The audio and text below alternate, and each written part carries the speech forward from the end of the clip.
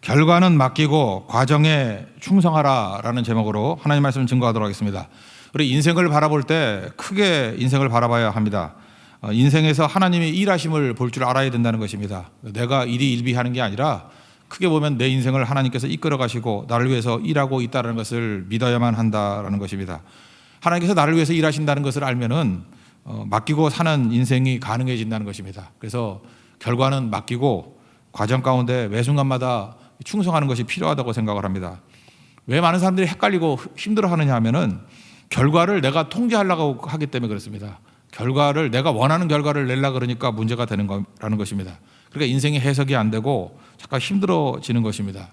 근데 결과를 하나님께 맡긴다 그러면 과정에만 충실하면 모든 문제가 해결될 수 있다라는 것입니다.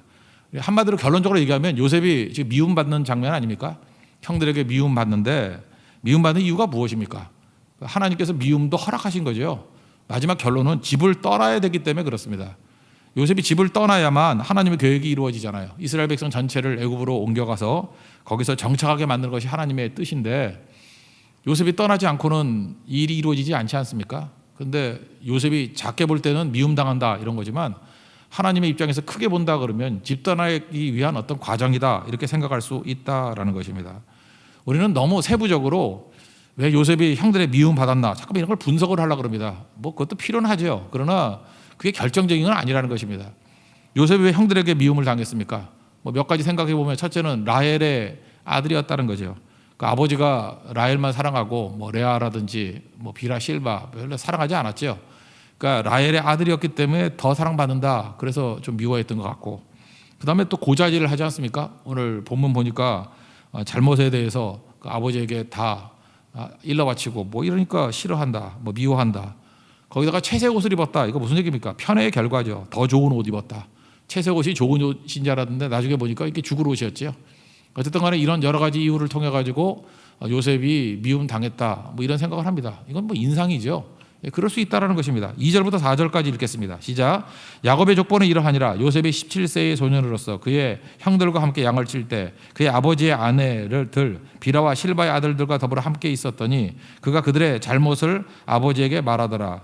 요셉은 노년에 얻은 아들이므로 이스라엘이 여러 아들들보다 그를 더 사랑하므로 그를 위하여 채색 옷을 지었더니 그의 형들이 아버지가 형들보다 그를 더 사랑함을 보고 그를 미워하여 그에게 편안하게 말할 수 없었더라. 여기 마지막에 그에게 편안하게 말할 수 없었더라. 이 뜻은 원문을 보니까 평화가 깨졌다 그런 거죠. 그러니까 무슨 얘기입니까?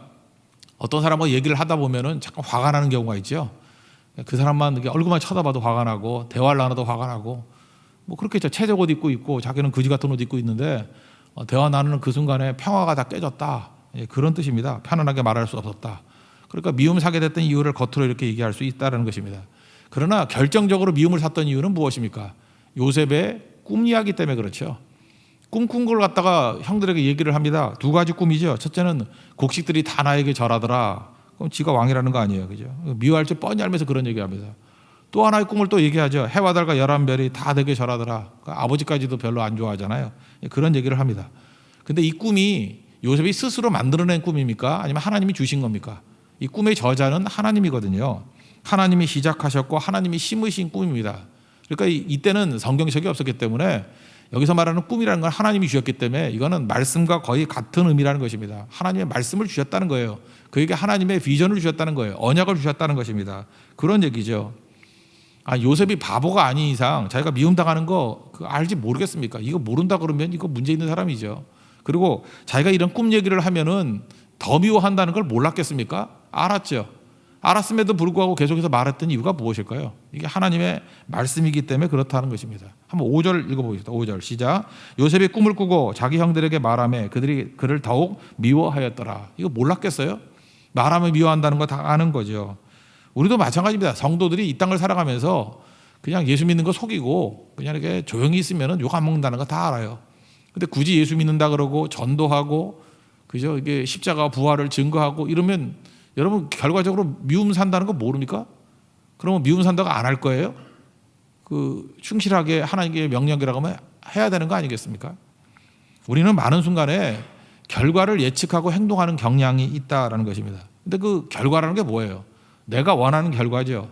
내가 원하는 결과가 나오면 행동을 하고 내가 원하는 결과가 나오지 않으면 안 한다. 그럼 내가 주인 아닙니까? 내가 다 판단하는 거 아니에요? 결과는 주님의 것이에요. 결과는 주님께 맡기는 겁니다. 주님께서 내가 지금 해야 될 일을 하라 그러면 그냥 하는 거예요. 결과는 내 생각과는 다르거든요. 하나님의 영역이기 때문에. 그래서 과정에 대해서는 충성하는 거고 결과는 주님 앞에 맡기는 거. 이런 게 되게 중요한 거죠. 여기 요셉의 입장에서 볼 때 꿈 얘기, 하나님 말씀에 대한 얘기를 다 했습니다. 그러면 형들이 미워한다. 여기까지는 예측이 됐을 것 같아요. 근데 미워한다. 그 다음은 예측 못했겠죠. 그래서 집을 떠나게 된다. 노예로 팔려서 집을 떠나게 된다. 그래서 나중에 애굽에서 구원의 큰 그릇으로 준비될 것이다. 이게 하나님께서 예측한 결과잖아요. 근데 여기까지 요셉이 이 당시에 알았을까요? 몰랐을 거라고 생각을 합니다. 그러니까 무슨 얘기예요? 신앙이라는 것은 과정을 믿는 거예요. 과정이 주님과 동행하는 것이지 결과를 내가 원하는 결과 나오면 하는 것이고 내가 원하는 결과가 안 나오면 안 한다. 그건 믿음이 아니라는 것입니다. 그래서 결과는 맡기고 과정에 충실한 거, 그게 신앙이라는 것입니다. 결과는 내가 책임질 것도 아니고요. 결과는 내가 조절할 수 있는 것도 아니고 결과는 내가 예측할 수 있는 것도 아니라는 것입니다. 내 인생의 결과 내가 압니까? 하나님이 인도하시는 거예요. 하나님이 결과를 주시는 거지 내가 결과를 낳는 게 아니라니까요. 그럼 내가 할 일은 무엇입니까? 이 과정 속에 지금 동행하시는 하나님 앞에 충성하는 거, 그게 꼭 필요하다는 것입니다. 이거 비슷한 얘기들이 성경에 되게 많이 나오는데 사도행전 20장에 보면요, 사도 바울이 밀레도에서 에베소 장로들과 헤어지는 장면이 나옵니다. 그때 뭐 여러 가지 뭐 예언 듣기도 하고 또 사도 바울도 알았어요. 바보가 아닌 이상. 거기서 많은 사람들이 말렸습니다. 예루살렘에 올라가지 말라고. 예루살렘에 올라가면은 핍박이 있고 잡혀 죽는다고. 그때 사도행전 20장 22절에 바울이 이렇게 얘기해요. 내가 예루살렘에 올라가서 무슨 일을 당하는지 알지 못하노라. 그렇지만 성령께서 내게 말씀하시기를 결박과 환란이 나를 기다린다고 하셨다. 그러니까 안 거죠. 지금 예루살렘 들어가면 결박과 환란이 기다린다고 하는 걸 알고 있습니다. 그렇지만 그 다음에 어떤 결과가 나올지는 모르잖아요. 그러니까 맡겨버리는 거죠. 그리고 뭐라고 얘기해요? 24절. 내가 달려갈 길과 주 예수께 받은 사명 곧 하나님의 은혜의 복음을 증언하는 일을 마치려 하면은 나의 생명조차 조금 더 귀한 것으로 여기지 않겠다. 그러니까 충성 다하겠다 그 얘기 아니에요. 과정에서 충성 다하겠다. 결국 환난과 결박이 있었지만 나중에 로마까지 가게 되는 일들이 벌어지잖아요. 그 결과는 하나님이 하시는 거지 그게 바울이 결정하는 문제가 아니라는 것입니다. 우리 초대교회도 마찬가지 아닙니까? 그 성경 충만해가지고 말씀을 증거했습니다. 그랬더니 관원들이 와가지고 말씀 전하면 잡아간다 그러고 하지 말라고 말립니다. 그때 뭐라고 얘기해요? 내가 너희들 말 듣는 것, 하나님 말씀 듣는 것 무엇이 더 옳으냐? 그렇게 묻잖아요. 우리는 보고 들은 것을 말하지 아니할 수 없다. 사장에 나오지 않습니까? 그게 사도행전에서의 태도라는 것입니다. 그러니까 성도가 가져야 될 태도가 뭐예요? 지금도 우리가 가져야 될 태도가 뭐예요? 우리는 너무 결과에 예민해요. 이게 머리가 별로 좋지도 않으면서 맨날 상상만 하는 거예요. 근데 결과가 어떻게 될 거다, 어떻게 될 거다. 그러니까 맨날 걱정과 두려움이 떠나질 않는 거죠. 결과의 영역은 하나님의 영역이라니까요. 하나님께 맡겨야죠. 합력하게 선을 이루시는 분이 아닙니까? 날 사랑하시고 내가 순종만 하기만 하면 가장 좋은 길로 이끄시는 분이 하나님이신데 왜 결과 갖고 신경 쓰냐고. 결과는 하나님께 맡겨버려야죠. 내가 신경 써야 될 건 뭐예요? 지금 동행하시는 주님 앞에 충성 다하는 거예요. 그게 과정의 믿음이라고. 과정. 그게 중요한 거 아닙니까? 다니엘서에도 보십시오. 그 3장에 보면은 다니엘의 세 친구들 나오잖아요. 뭐 신상이 절하지 않으면 뭐 풀뿔에 들어간다면서요. 그때 그들이 뭐라고 얘기해요? 왕이 뭐 절하 할래 안 할래 그랬더니 대답할 필요도 없습니다. 그리고 뭐라고 얘기해요? 하나님이 계셔서 맹렬히 타는 풀목 가운데서 우리를 능히 건져내신다고. 그리고 뭐라고 얘기해요? 그리 아니하실지라도 우리는 왕들의 신을 섬기지도 아니하고 금신상에 절하지도 아니할 줄로 알라고. 무슨 얘기입니까? 결과는 주님께 맡겨버리는 거잖아요. 그들이 뭐 푸른 뿔에 들어갔다가 뭐 예수님과 함께 걸어 나오는 거 알았나? 몰랐죠. 결과는 맡기는 거 아닙니까? 그리고 오늘 이 순간에 과정에 있어서 충성을 다하는 거, 그게 신앙이라는 것입니다. 그러면 오늘도 이렇게 중요한 메시지를 우리에게 주고 있습니다. 그죠? 하나님께서는 하나님의 목적을 이루기 위해서 오늘 순종하기를 원한다는 거예요. 우리 끝을 잘 모릅니다. 근데 하나님이 사용하시는 게 뭐예요? 심지어 미움조차도 사용하신다는 거예요. 미움을 사용하는 목적이 무엇입니까? 집 떠나게 만드는 거. 그 다음에 하나님의 놀라운 일을 이루신다는 거. 우리는 결과를 알고 있으니까 이걸 다 깨닫게 되지만 이 과정이 있을 때 요셉이 이걸 알았느냐? 몰랐다라는 것입니다. 결과는 맡기고 과정에 충성했을 때 하나님께서 이런 거룩한 길로 이끌어 주셨다는 것입니다. 오늘도 결과는 주님께 맡기고 우리 과정에 있어서 충성 다할 수 있는 믿음의 종되기를 축원합니다. 그러면 또 한 가지 두 번째 단계에서 그러면 이 과정에 대해서 충성하는 사람이 중요한 게 뭐냐면 그래서 태도가 중요하다는 거예요. 태도가 너무너무 중요하다는 것입니다. 그 태도가 순종하는 태도예요. 여기 형들이 지금 양떼를 이끌고 어딜 갔냐면 세겜으로 갔다고 얘기를 합니다. 세겜의 추억이 있죠. 세겜이 어떤 곳입니까? 세겜에서 그 딸 디나가 그 욕을 보이고 그거 복수한다고 시몬과 레이가 가가지고 그냥 다 죽여버렸잖아요. 세겜의 추억이 뭐예요? 학살의 추억. 그리고 또 나머지 형제들 데려가가지고 거기서 노략질하고. 그래서 그 야곱이 깜짝 놀랐잖아요. 우리 멸족될 위기에 처했다. 그래서 35장에 보면은 베델로 올라가자. 그리고 하나님의 도우심으로 간신히 살아난 그런 경험이 있지 않습니까? 근데 그 몇 년 지나지 않았어요. 그런데 지금 여기 헤브론이거든요. 남쪽 헤브론 산지에 있다가 아마 가뭄이 왔던 것 같아요. 그래서 풀 뜯어 먹으려고 그랬더니 풀이 없으니까 이게 세겜까지 올라간 거예요. 거기 좀 풀이 많고 물이 많으니까. 그러니까 위험하죠. 그러니까 아버지 야곱이 걱정이 안 됐겠습니까? 아니 그 사람들 죽이고 했던 얼굴 다 알고 있는데 이놈들이 또 세겜에 가가지고 풀 뜯게 만든다 그러니 위험하지 않을까. 그래서 요셉을 보냅니다. 그죠?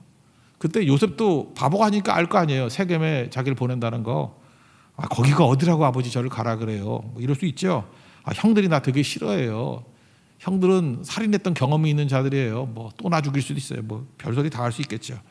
한 번 죽이는 게 어렵지 두 번 죽이는 게 어렵습니까? 뭐 이렇게 말할 수 있는데 그런 토를 달지 않아요. 알았습니다 하고 네 하고 순종하잖아요. 참 이게 태도가 좋은 거죠. 태도가. 12절부터 14절까지 읽겠습니다. 시작. 그의 형들이 세겜에 가서 아버지의 양떼를 칠 때 이스라엘이 요셉에게 이르되 내 형들이 세겜에서 양을 치지 아니하느냐 너를 그들에게로 보내리라. 요셉이 아버지에게 대답하되 내가 그리하겠나이다. 이스라엘이 그에게 이르되 가서 내 형들과 양떼가 다 잘 있는지를 보고 돌아와 내게 말하라 하고 그를 헤브론 골짜기에서 보내니 그가 세겜으로 가니라. 여러분 많은 순간에 우리는 능력을 중요하다고 생각하는데 능력은요 하나님께서 후천적으로 얼마든지 줄 수 있습니다. 왜? 능력의 근원이 하나님이시기 때문에. 능력 없는 건 괜찮아요. 능력은 주님이 주시면 능력은 생기는 거예요. 그러나 태도는 간단한 문제가 아닙니다. 태도는 잘 안 변하는 것 같아요. 그죠? 이 어렸을 때 태도 이게 나이 든다고 잘 변화되지 않아요. 그래서 태도는 정말 이게 은혜입니다. 은혜. 좋은 태도를 갖고 있다는 건 너무너무 중요한 것 같아요. 그래서 여러분들 초보들 뭐 운동을 하거나 아니면 사원이거나 이럴 때 그 상관들이 그 태도를 테스트하는 경향들이 있지 않습니까? 처음에 들어가면. 그래서 막 무리한 일을 시켜요. 하나하나 그 태도를 보려고. 그다음에 불가능한 일을 시켜요. 아 이거 못해요. 그러면 벌써 태도가 안 좋은 거죠. 근데 불가능한 일도 하라는 게 아니죠. 태도를 보려는 거 아니에요. 이렇게 시도하려는 거. 그다음에 무의미한 일 이런 거 시켜요. 아주 가치 없는 일들. 그래서 처음 갔을 때 뭐 복사시키고 막 이러는 거 있잖아요. 그죠? 왜 그렇습니까? 그 태도를 보고자 하는 거라고요. 아브라함이 100세에 낳았던 이삭이 있지 않습니까? 이삭을 바쳐라. 그것도 일종의 태도 보는 거 아니에요? 아브라함의 태도. 네가 정말 나를 믿고 의지하는지 알았다. 그 태도가 좋다. 그런 얘기죠. 그러니까 하나님께서 우리에게 요구하시는 건 뭐냐면 태도만 좋게 보여주면 하나님의 능력은 얼마든지 부어주신다는 것입니다. 그래서 과정에 충성하기 위해서 필요한 거는 좋은 태도, 이게 중요하다는 것입니다. 그래서 태도를 보시고 난 다음에 달란트 비유도 나오잖아요. 내가 작은 일에 충성하였으니 보다 큰 것을 맡기겠다. 그러니까 태도 보고 엄청 맡기겠다 그런 얘기 아니에요. 그러니까 우리가 작은 일에도 이 좋은 태도를 가지고 충성 다하는 거 이게 너무너무 중요하다는 것입니다. 그래서 성경을 보면 그 심부름 시키는 일이 많아요. 요셉도 지금 심부름 시키지 않습니까? 근데 그 되게 충성스럽죠. 세겜에 가라 그랬더니 순종하고 갔더니 없잖아요. 없어 그 열심히 알아보잖아요. 뭐 없습니다. 그렇게 돌아버리면 되는데 열심을 다해서 최선을 내서 알아보잖아요. 그래서 거기 사람이 도단으로 갔습니다. 그게 그 도단까지 가지 않습니까? 만약에 이렇게 열심히 찾아다니지 않았다 그러면 도단까지 찾아가지 않았다 그러면 이렇게 구덩이에 빠지고 죽지도 않았을 거라고. 그런데 요셉은 태도가 너무너무 좋죠. 맡길만 하죠. 이런 사람은. 똑같은 게 다윗에게도 나오지 않습니까? 다윗에게도 형들 3명이 그 전쟁터에 나갔을 때 아버지가 심부름 시키잖아요. 1, 2, 3번이 나갔으면 왜 8번이 가야 됩니까? 4번, 5번 시켜도 되는데 그 나머지 아들 가운데 그래도 제일 신실하고 태도가 좋으니까 믿음직하니까 다윗 보낸 거 아니겠어요? 다윗 보냈는데 내가 막내인데 왜 가요? 이럴 수 있죠. 4번, 5번, 6번 있는데 왜 내가 가야 됩니까? 8번인데 뭐 이렇게 나쁜 일은 맨날 나 시키고 뭐 좋은 일 시킬 때 부르지도 않고 뭐 얼마든지 그럴 수 있잖아요. 근데 다윗은 그러지 않았다라는 거예요. 요셉하고 똑같죠. 가라 그랬더니 그냥 순종하고 가죠. 그것이 골리앗을 물리치게 되는 계기가 되고 그것이 왕으로서 세움받게 되고 이스라엘의 영웅이 되는 계기가 되지 않습니까? 그러니까 무슨 얘기? 태도가 좋으면은 그 다음부터 길이 열리게 된다라는 것입니다. 지금도 보면 그래요. 태도가 나빠요. 뭐 작은 거 시키면 나를 뭘로 보고 뭐 이런 사람이 있고요. 그 다음에 뭐 대충 하려고 그러는 사람들 있고. 그럼 그 싹수가 노란 거죠, 그죠? 그 왜 그래요? 그 사람은 과정에 믿음 가질 수가 없는 존재예요. 맨날 되지도 않는 머리 가지고 계산기 튕기는 거죠. 계산기는 누르는 건가? 예, 계산기를 누르는 거죠. 눌러가지고 자기가 원하는 결과 나오면 하고 안 나오면 안 하고. 그러니까 자기 범위를 못 넘어서는 거죠. 그러니까 한계가 있는 인생을 산다는 것입니다. 태도가 좋아야죠. 태도가. 요셉의 태도가 참 좋았죠. 다윗의 태도가 좋았죠. 그러니까 주님께서 사용하여 주시잖아요. 또 이사야 선지자도 태도가 참 좋잖아요. 그 성전에서 입술을 정하게 만들고 난 다음에 이사야 6장 8절에 보니까 내가 누구를 보내면 누가 우리를 위하여 갈고 그럴 때 주님 내가 여기 있사오니 죄를 보내소서. 우리는 다 그러잖아요. 그죠? 근데 이사야는 뭐라 그래요? 주님 내가 여기 있사오니 나를 보내소서. 태도가 좋잖아요. 그죠? 굳은 일, 험한 일, 십자가의 길 내가 걷겠습니다. 그러니까 태도가 좋을 때 주님께서 그를 사용해 주신다는 것입니다. 그래서 우리 신앙이라는 건요. 내가 뭘 의도하는 게 아니에요. 그러니까 하나님께서 뭘 시키기까지 그냥 기다리는 거예요. 그래서 수동성이 있어야 돼요. 하나님이 시작하는 거라니까요. 꿈도 이거 하나님이 주신 거잖아요. 하나님이 주신 거예요. 하나님이 뭐 일하기 전에 가만히 있는 거예요. 그래서 그 어느 정도까지 가만히 있었냐? 고난을 당해서 죽기까지 가만히 있는 거예요. 그래서 패시브에서 수동성이라는 단어에서 패션이 나왔다니까요. 패션 오브 크라이스트, 그리스도의 순환. 언제까지 기다리고 있어요? 죽을 때까지. 순환당해 죽을 때까지 기다리고 있는 거예요. 하나님의 뜻이라면 그 자리에 죽치고 있는 거예요. 수동성. 근데 일단 하나님께서 명령하신 뜻이 있고 뜻하신 바가 있다 그러면 그 다음에 어떻게 돼요? 수동적 능동적이라고 그랬죠. 그 다음에 능동적으로. 요셉도 보세요. 능동적으로 세겜에 없으니까 도당까지 찾아가잖아요. 이런 능동성이 있어야 되는 거예요. 적극적인 신앙 이런 게 꼭 필요하다라는 것입니다. 그래서 우리 모든 성도들 뭐 능력은 하나님께서 때가 되면 다 주십니다. 능력 없어 일 못하는 거 아니에요. 하나님 앞에 바른 태도, 이 수동적 능동성을 가지고 주를 위해서 충성 다할 수 있는 우리 하나님의 종 되기를 바랍니다. 저는 개인적으로 우리 집안에 우리 할아버지가 순교자셨습니다. 그러다 보니까 순교자가 뭔지 어려서부터 묵상을 되게 많이 했는데 개인적으로 고난이 참 많았던 것 같아요. 그죠? 우리 가정에 친할머니가 26살에 과부가 됐습니다. 그리고 자녀들 약간 무능했거든요. 그래서 참 키우기 힘들고 그래서 못 먹고 살았다는 거, 뭐 고생했다는 그런 얘기를 다 들었습니다. 그때 제가 느꼈던 게 그거예요. 순교자는 게 뭐냐? 다 이룬 자가 아닙니다. 다 이룬 자가 어디 있어 이 세상에. 여러분들 지금 연세 드신 분들 그죠? 나이가 들었더니 다 이뤘던가요?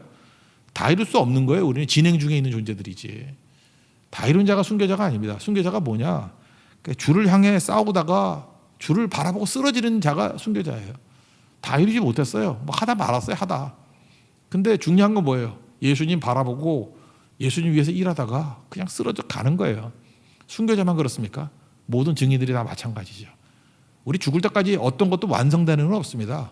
그렇지만 뭐예요? 이 과정의 신앙, 태도를 가지고 좋은 태도를 가지고 주를 바라보다가 쓰러져도 주를 향해서 쓰러지는 거예요. 그거 하다 쓰러지는 거예요. 그 태도. 주님께서 그거를 사용해 주셔서 하나님의 뜻을 이루어 주신다는 것입니다.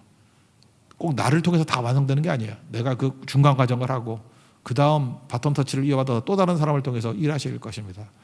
여러분들 과정에 충성하기 위해서는 좋은 태도가 필요하다는 거. 우리 과정에 충성하시고 좋은 태도로 하나님 앞에 잘 쓰임받는 믿음의 종 되기를 바랍니다. 이제 구체적으로 현상에 들어가면 세 번째 단계는 꿈을 가진 사람이 요셉 아닙니까? 약속을 가진 사람이 요셉이잖아요. 근데 구덩이에 빠지게 되었다는 것입니다. 그러니까 꿈이 구덩이를 만났습니다. 우리 인생이 그래요. 지금도 여러분들 구덩이에 빠진 사람들이 있습니까? 구덩이가 어떤 거예요? 뭐 경제적인 어려움, 뭐 사업, 뭐 관계가 다 깨지고 그러니까 막막한 거죠. 구덩이는 말 그대로잖아요. 그죠? 이게 뭐예요? 단절되고 완전히 무력하고 죽음의 장소 아니에요? 구덩이에 있으면. 구덩이에 빠진 인생이 됐다는 거예요. 꿈이 있는데 구덩이에 빠졌다라는 것입니다. 형들이 조롱하죠. 꿈꾸는 자가 오는도다. 자기들 안부 전하려고 왔는데 머리에서 조롱해요. 꿈꾸는 자가 오는도다. 저 드리머 오는구나. 꿈이 어떻게 되는지 보자. 그리고 채색옷을 찢어버리고 구덩이에 집어 넣었습니다. 인생이 이래요. 채색옷이 좋은 옷이 아니라 죽음의 옷이라는 것. 인생은 다르게 바뀔 수 있다는 것입니다. 23절 24절 읽겠습니다. 시작. 요셉이 형들에게 이르매 그의 형들이 요셉의 옷 곧 그가 입은 채색옷을 벗기고 그를 잡아 구덩이에 던지니 그 구덩이는 빈 것이라 그 속에 물이 없었더라. 우리 인생들 가운데 지금도 구덩이에 빠진 분들이 있을 겁니다. 지금 팬데믹 가운데 뭐 이렇게 구덩이다 뭐 이러는 사람이 있을 거예요. 예수 믿다가 예수 믿는데 어떻게 구덩이에 빠질 수가 있습니까? 이럴 수 있다라는 거예요. 여러분 충성 다하면 구덩이에 안 빠집니까? 과정에 충성 다하면 구덩이에 빠질 수 있죠. 우리 얼마 전에 예레미야 공부하지 않았습니까? 예레미야 38장 6절에 보니까 예레미야도 하나님 말씀을 있는 그대로 증거했습니다. 진짜 참 선지자였어요. 그러다 보니까 그 감옥들에 있는 말기야의 구덩이에 집어넣었잖아요. 거기서 줄을 달아 내려가지고 구덩이 속에 빠뜨렸습니다. 물이 없고 진창뿐인, 여기 이제 메마른 구덩이인데 내가 볼 때 요셉의 구덩이보다 예레미야가 빠진 구덩이가 더 어려운 구덩이에요. 진창이 진창, 막 질퍽대는 그런 구덩이에 빠져서 죽을 위기 가운데 처하게 되었다는 것입니다. 근데 여기서 명심해야 될 게 이거예요. 구덩이가 끝이 아니라는 것입니다. 우리 성도는 구덩이가 끝이 아니에요. 구덩이에서 사실 새로운 역사가 시작된다는 것입니다. 그래서 구덩이 신학 잊지 마세요.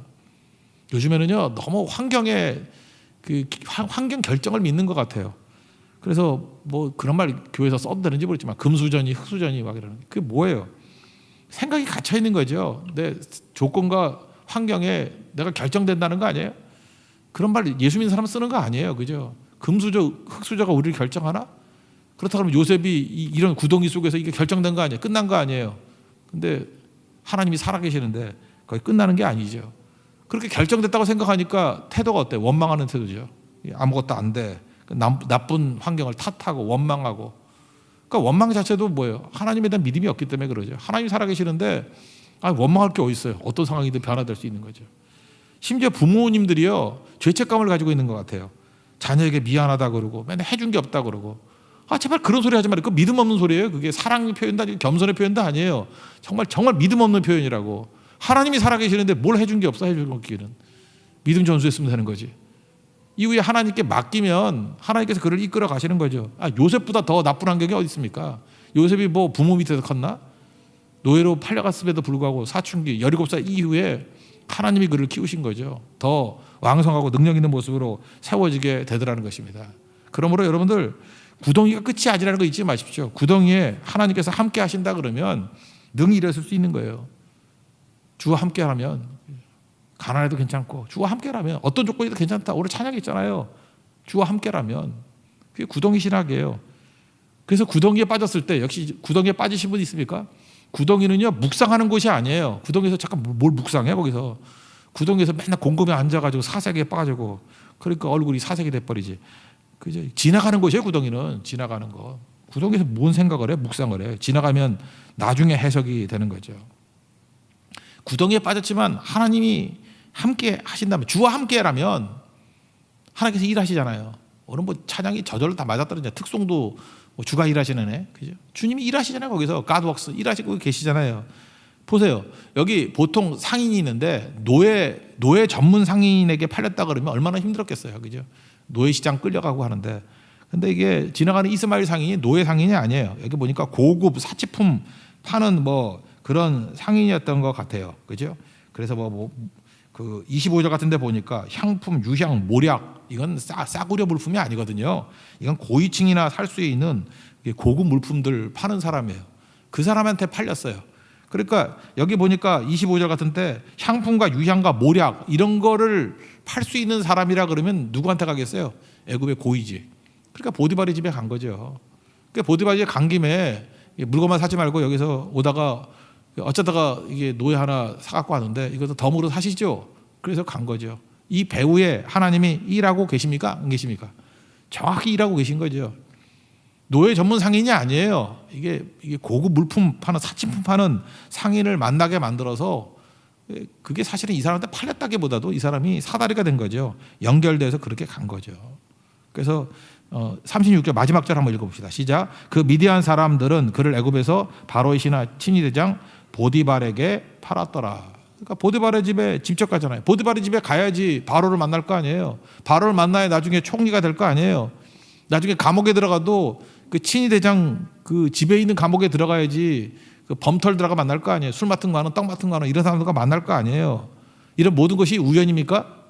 섭리죠. 그래 잊지 말라고요. 내가 지금 구덩이에 빠져 있는 것도 하나님의 섭리 중에 하나고, 구덩이에 빠져나와 가지고 팔려가던 뭐 어느 집에 가던 하나님이 졸거나 주무시고 계신 게 아니에요. 세밀하게 다 하나님의 마지막 결론을 맺기 위해서, 결과를 맺기 위해서 하나님이 인도하시는 사다리의 한 부분이라는 것입니다. 그러니까 걱정할 거 없죠. 그래서 다 끝나고 난 다음에 우리가 믿는 게 뭐예요? 아하 하고 끝나고 난 다음에 깨닫게 돼요. 구덩이에서는 몰라요. 아하, 하나님께서 그랬구나. 마치 요셉 보세요. 총리가 되고 난 다음에 생각할 때, 아, 그래서 집에서 내가 미움 사게 만들었구나. 그래 집을 떠나지. 아, 그래가지고 내가 구덩이에 들어갔구나. 아, 그래가지고 이스마엘 상인에게 팔렸구나. 아, 그래가지고 내가 보디발의 집에 왔구나. 아하, 그 아줌마가 유혹에도 내가 거절했더니 그래서 감옥에 들어가서 범털들 다 만났구나. 아하, 그래서 내가 바로에게 왔구나. 아, 총리네. 이렇게 된 거죠. 그 이거 언제 깨달아요? 사전에 잠깐만 깨닫는다고 생각하지 말라고요. 우리가 세 가지 단계가 있다 그랬죠. 들으라, 두 번째 따르라, 세 번째 깨닫게 되리라. 깨달으면 맨 마지막에 오는 거예요. 내가 사전에 다 깨달아야만 하겠다, 알고 가는 게 아니야. 믿고 가는 거지. 그러면 내 수준이잖아요. 내가 원하는 결과에 묶여 있는 거 아닙니까? 그게 무슨 신앙이에요? 아무것도 아니죠. 그러니까 우리는 기대가 되는 거예요. 내가 예측하는 결과보다 언제나 커요. 그래서 기대가 되는 거예요. 나는 이런 게 예측이 되는데 그게 아닐 거 알아요 벌써. 그리고 얼마나 기대가 돼요. 내가 예측해도 대단한 게 나타날 것 같은데 그보다 더한 게 나타난다 그러면 기대가 되는 거죠. 놀라운 것이 있는 거죠. 이게 하나님 나라의 꿈이에요. 지상명령이 뭐예요? 내가 너에게 분부한 모든 것을 가르쳐 지키게 하라. 내가 세상 끝날까지 너와 함께 하겠다고. 그게 하나님의 꿈 아니에요? 성령이 너에게 임하시면 권능을 받고 예루살렘과 온 유대와 사마리아 땅까지 내 증인이 되리라. 그래서 하나님의 교회가 확장되고 구원받는 영혼들이 세워지게 되는 거, 그게 성령의 꿈 아닙니까? 그거 제자들이 처음부터 알았어요? 뭘 알아야 알기는 결과를 맡긴 거지. 그 과정 속에서 순종하고 보고 들은 것을 전하지 아니할 수 없다라고 순종했을 때 놀라운 성령의 꿈들이 이루어지게 되더라는 것입니다. 이게 성도들이 가야 될 길이라는 거예요. 오늘 37장에서 크게 보는 인생이 되었으면 좋겠습니다. 하나님 여러분 사랑하심을 믿습니까? 여러분 인생에서 별과 같이 빛나는 영광된 결과가 나타나게 예비하시는 분 믿습니까? 그렇다 그러면 내가 할 일은 뭐예요? 결과를 맡겨버리고, 결과는 무조건 좋아요. 하나님이 최고의 것을 주시는 거라고. 과정의 믿음 가져야 됩니다. 과정에서 충성을 다하는 종 되기를 원합니다. 그리고 좋은 태도, 수동적이지만 하나님께서 내게 주신 기회에 대해서는 적극적으로 능동적으로 뛸 수 있는 좋은 태도의 사람, 그래야 길이 계속 열린다는 거예요. 그러면 비록 내 현실이 구덩이라 할지라도 꿈 가진 사람이 구덩이에 빠졌을 때는 하나님의 섭리의 일부분일 뿐입니다. 분명히 하나님이 동행하시고 품어주시고 놀라운 길로 이끌어 주실 것입니다. 항상 주님과 동행하면서 승리하는 하나님의 종 되기를 축원합니다. 자리에서 일어나겠습니다. 주와 함께라면 찬양하겠습니다.